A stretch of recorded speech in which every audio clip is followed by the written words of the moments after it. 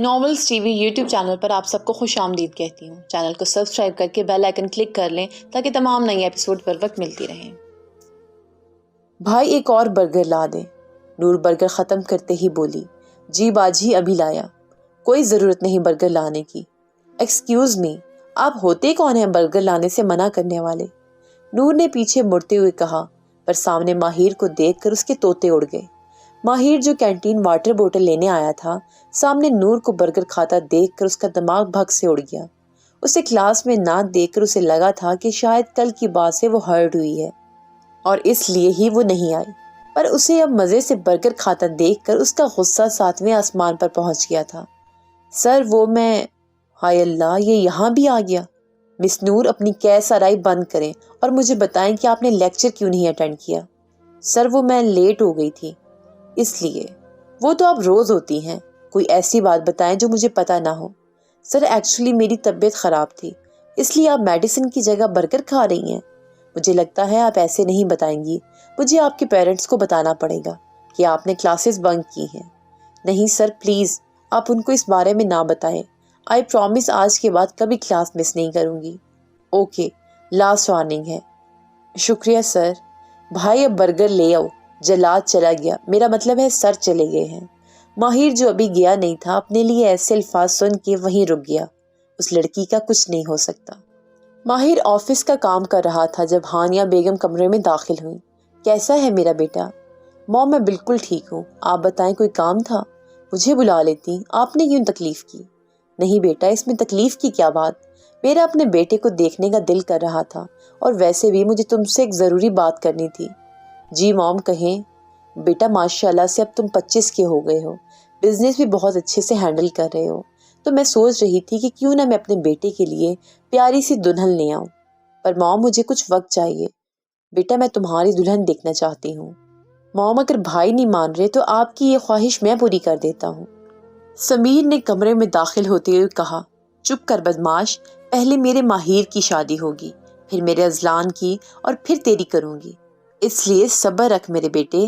ہانیہ بیگم نے سمیر کو تنگ کرتے ہوئے کہا، بھائی دس از ناٹ فیئر، آپ کا اگر شادی کرنے کا دل نہیں کرتا تو اس میں مجھ معصوم کا کیا قصور ہے؟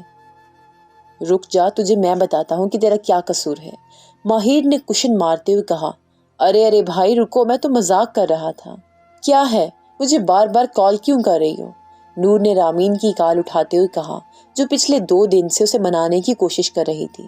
یار نور میری بات تو سن لو، میں نے کیا سنوں؟ ہاں تم نے اس جلاد کو بتا دیا کہ تم نہیں آ رہی، پر مجھے بتانے کی توفیق نہیں۔ تمہیں پتا ہے؟ بلکہ نہیں، تمہیں کیسے پتا ہوگا؟ تم تو چھٹیاں انجوائے کر رہی تھی نا۔ میں بتاتی ہوں، تمہاری وجہ سے اس ماہر نے پوری کلاس کے سامنے میری انسلٹ کی۔ میری وجہ سے؟ ہاں، کیونکہ میں تمہارا انتظار کر رہی تھی اور انتظار کرتے کرتے میں لیٹ ہو گئی، اس لیے مجھے تم سے کوئی بات نہیں کرنی۔ نور میری بات تو سن لو، خود ہی بولتی جا رہی ہو۔ اچھا بولو یار۔ امی کی طبیعت خراب تھی، اس لیے مجھے ارجنٹ چھٹی کرنی پڑی، اور ٹینشن میں مجھے تمہیں بتانے کا خیال ہی نہیں رہا، اور ماہر سر کو بھائی نے کال کر کے بتایا تھا۔ I'm sorry Ramin, it's okay. چلو ٹھیک ہے، پھر کل ملتے ہیں۔ نور بیٹا مجھے تم سے ایک ضروری بات کرنی ہے۔ جی ماما کہیں۔ بیٹا میں تمہاری خالہ کے گھر جا رہی ہوں، شام کو واپس آ جاؤں گی، تم کالج سے آ کر دوپہر میں جو کھانا کھانا ہو میڈ کو بتا دینا۔ آدھا بیگم نے ناشتہ کرتے ہوئے نور سے کہا، اوکے ماما، بائے۔ کتنی بار بولا ہے بیٹا، بائے نہیں اللہ حافظ بولا کرو۔ اوکے ماما، اللہ حافظ۔ ماہر پھر تم نے کیا سوچا؟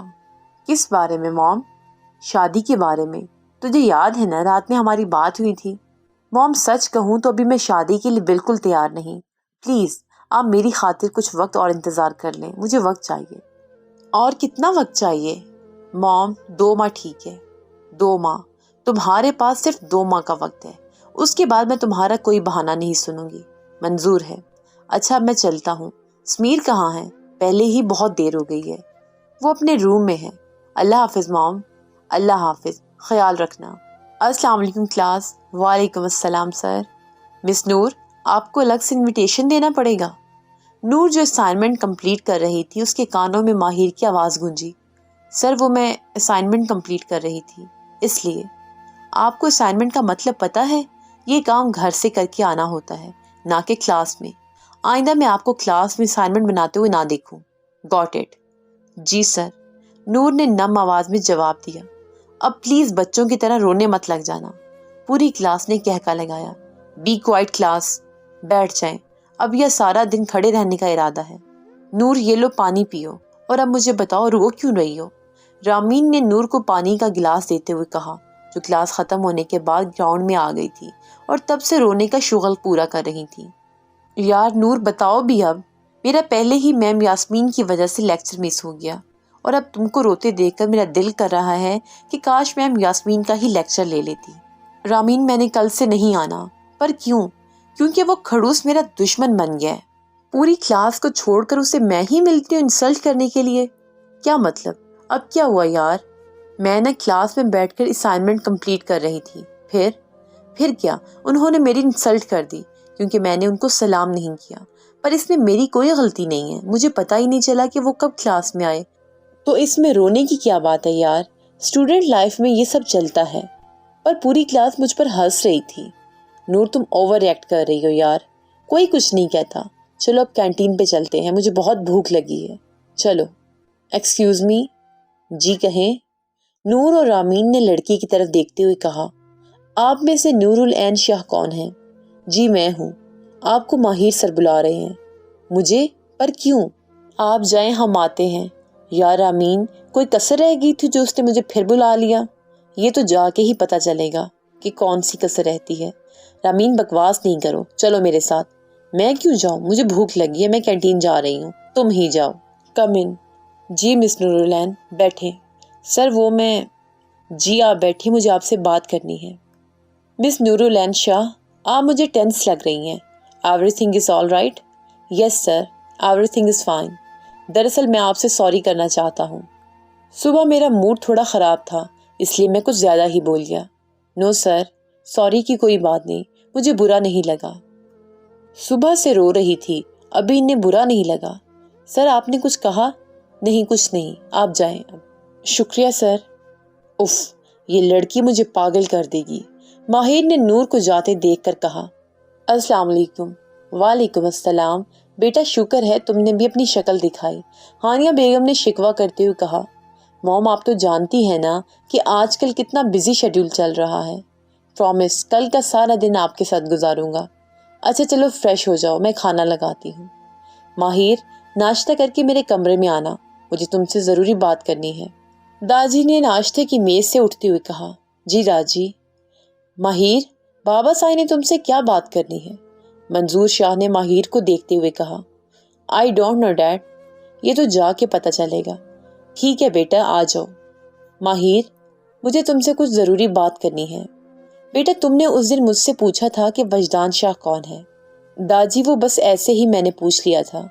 بیٹا وجدان میرا سب سے چھوٹا بیٹا تھا، یا یہ کہوں کہ اب بھی ہے. کیا؟ پھر وہ کہاں ہے؟ بیٹا وجدان اپنے کالج کی کسی لڑکی کو پسند کرنے لگا تھا. پتہ نہیں اس لڑکی نے ایسا کیا کیا کہ وجدان نے اپنی منگنی توڑ کر اس لڑکی سے نکاح کر لیا. میں نے اسے روکنے کی بہت کوشش کی پر وہ نہیں رکا. پورے خاندان کی باتیں سننی پڑی ہمیں. اس دن وجدان کی شادی تھی میرے دوست کی بیٹی سے. پورا خاندان یہاں جمع تھا. سب بارات کے جانے کا انتظار کر رہے تھے لیکن وجدان نہیں آیا. اس نے پورے خاندان کے سامنے ہماری عزت کا تماشا بنا دیا. اس لیے بیٹا اب میں چاہتا ہوں کہ وہ غلطی جو میں نے تب کی پھر نہ کروں. اس لیے تم مجھے بتاؤ کہ کیا تم کسی کو پسند کرتے ہو، کیونکہ میں نہیں چاہتا کہ وجدان کی طرح تم بھی میرا بھروسہ توڑ دو. داجی فی الحال میں شادی نہیں کرنا چاہتا، پر میں آپ سے ایک بات پوچھنا چاہتا ہوں. داجی وجدان چاچو اب کہاں ہیں؟ مجھے نہیں پتا. ماہر شادی کے بعد وہ کبھی نہیں آیا. میری آنکھوں سے دیکھنے کے لیے ترستی رہی پر وہ نہیں آیا. میں کئی بار ان کے گھر بھی گیا پر بدقسمتی سے وجدان کی غیر موجودگی میں گیا اور اس کی بیٹی اور بیوی نے مجھے گھر سے نکال دیا. اس کی بیٹی بھی بالکل اپنی ماں کی طرح ہے. اس نے ہمارے خاندان کی بیٹی کو بھی اپنی طرح بنا دیا. داجی نے اپنے نکلی آنسو صاف کرتے ہوئے کہا. داجی آپ فکر نہ کریں، میں آپ کے ساتھ کی ہر زیادتی کا بدلہ لوں گا. شاباش بیٹا، مجھے تم سے یہی امید تھی. پر داجی وجدان شاہ سے بدلہ لینے کے لیے مجھے کیا کرنا ہوگا؟ نہیں بیٹا، اس سب میں وجدان کا کوئی قصور نہیں. قصور تو اس لڑکی کا ہے جس نے محبت کا ڈھونگ رچا کر مجھ سے میرے بیٹے کو دور کر دیا۔ اس عورت کی جان اس کی بیٹی میں بستی ہے، اور مجھے تو یہ لگتا ہے کہ وہ وجدان کی بیٹی ہے بھی نہیں۔ اس عورت نے جائیداد کی خاطر کسی اور کی بیٹی کو وجدان کے سر تھوپ دیا ہے۔ پر داجی، آپ اتنے یقین سے کیسے کہہ سکتے ہیں؟ ہو سکتا ہے کہ وہ وجدان انکل کی بیٹی ہی ہو۔ نہیں ماہر بیٹا، تم سمجھ نہیں رہے۔ میں اس عورت کو اچھی طرح سے جانتا ہوں۔ یہ دیکھو، میرے پاس اس بات کا ثبوت بھی ہے۔ انہوں نے ماہر کو تصویریں دکھاتے ہوئے کہا جن میں عابدہ بیگم کسی لڑکے کے ساتھ کھڑی تھی۔ انہوں نے صحیح وقت پر صحیح مہرے کا استعمال کیا تھا۔ عابدہ بیگم کی وہ تصویر جو ان کے منہ بولے بھائی کے ساتھ تھی، اسے دکھا کر انہوں نے ماہر کے دل میں بدلے کی ایک ایسی آگ جلا دی جس سے کئی لوگوں کی زندگی تباہ ہونا تھی۔ اب یہ تو وقت ہی بتائے گا کہ یہ طوفان کیا کیا تباہ کرے گا۔ ہا ہا ہا، وجدان شاہ، تم کیا سمجھتے تھے میں وہ بے عزتی بھول جاؤں گا؟ بھول دی تمہاری۔ ناصر شاہ سب کچھ بھول سکتا ہے لیکن اپنی بے عزتی نہیں۔ ماما، کچھ ہوا ہے کیا؟ آپ پریشان لگ رہی ہیں، نور نے عابدہ بیگم سے کہا جو اپنی ہی سوچوں میں گم تھی۔ نہیں بیٹا، ایسی کوئی بات نہیں ہے۔ نہیں، آپ مجھ سے کچھ چھپا رہی ہیں، سچ سچ بتائیں کیا ہوا ہے؟ نور، میں سوچ رہی تھی کہ تمہاری شادی کی عمر ہو رہی ہے، کوئی رشتہ دیکھتے ہیں تمہارے لیے۔ کیا؟ نہیں ماما پلیز، مجھے ابھی شادی نہیں کرنی، میں اپنے خواب پورے کرنا چاہتی ہوں، پلیز پلیز۔ مذاق کر رہی ہوں بیٹا، دس از ناٹ فیئر ماما، آپ نے مجھے ڈرا ہی دیا تھا۔ جائے، میں نے نہیں کرنی آپ سے بات۔ نور بیٹا، میری بات تو سنو۔ نور، نہیں، مجھے آپ کی کوئی بات نہیں سننی۔ عابدہ بیگم کا پاؤں پھسلا تھا اور وہ نیچے گر گئی تھی۔ ماما، کیا ہوا ہے آپ کو؟ نور نے عابدہ بیگم کو اٹھاتے ہوئے کہا۔ ہیلو ڈیڈ، پلیز جلدی گھر آ جائیں، موم سیڑھیوں سے گری ہیں، ان کا بہت خون بہہ چکا ہے۔ نور نے وجدان شاہ کو کال کر کے بتایا۔ بیٹا تم ایسا کرو، ایمبولینس کو کال کرو، میں ابھی آتا ہوں۔ ڈاکٹر جلدی کریں، ان کا پہلے ہی بہت خون بہہ چکا ہے۔ ماما اٹھے نا پلیز، آپ یہاں رکیں، آپ اندر نہیں جا سکتی، انشاءاللہ وہ جلدی ٹھیک ہو جائے گی، ڈاکٹر نے نور کو تسلی دیتے ہوئے کہا۔ نور وہیں روتے ہوئے بینچ پر بیٹھ گئی۔ نور بیٹا، کیا ہوا ہے؟ عابدہ ٹھیک تو ہے؟ وجدان شاہ نے نور کی طرف دیکھتے ہوئے پوچھا۔ بابا مجھے بہت ڈر لگ رہا ہے، اگر موم کو کچھ… چپ، کچھ نہیں ہوگا، تم دعا کرو نور، انشاءاللہ وہ جلدی ٹھیک ہو جائیں گی، میں ڈاکٹر سے پوچھ کر آتا ہوں۔ ایکسکیوز می ڈاکٹر، میری مسز کی طبیعت کیسی ہے؟ دیکھیے ابھی ہم کچھ نہیں کہہ سکتے، ان کا بہت خون ضائع ہو چکا ہے، آپ فوراً خون کا انتظام کریں۔ ڈیڈ کیا کہا ڈاکٹر نے؟ نور نے وجدان شاہ کو دیکھتے ہوئے کہا۔ ڈیڈ پلیز بتائیں نا، ماما ٹھیک تو ہیں، پلیز بتائیں نا۔ نور تم دعا کرو، انشاءاللہ وہ جلدی ٹھیک ہو جائیں گی، وجدان شاہ نے نور سے زیادہ خود کو تسلی دیتے ہوئے کہا، کیونکہ ڈاکٹر نے انہیں کوئی خاص امید نہیں دی تھی۔ بیٹا تم ایسا کرو، رامین کو کال کر کے بلا لو اور اس کے ساتھ گھر چلی جاؤ۔ نہیں ڈیڈ پلیز، میں موم کو چھوڑ کر کہیں نہیں جاؤں گی۔ نور ضد نہیں کرتے بیٹا پلیز۔ ڈیڈ میں نہیں جانا چاہتی، آپ مجھے نہ بھیجیں۔ ایکسکیوز می، آپ روم نمبر 12 کے پیشنٹ کے ساتھ ہیں؟ جی ڈاکٹر، سب خیریت تو ہے؟ وجدان شاہ نے ڈاکٹر کی طرف آتے ہوئے پوچھا۔ آئی ایم سوری، شی از نو مور۔ نہیں، ایسا نہیں ہو سکتا ماما، مجھے ماما کے پاس جانا ہے۔ نور سنبھالو خود کو، اللہ کی امانت ہی، ہم کچھ نہیں کر سکتے۔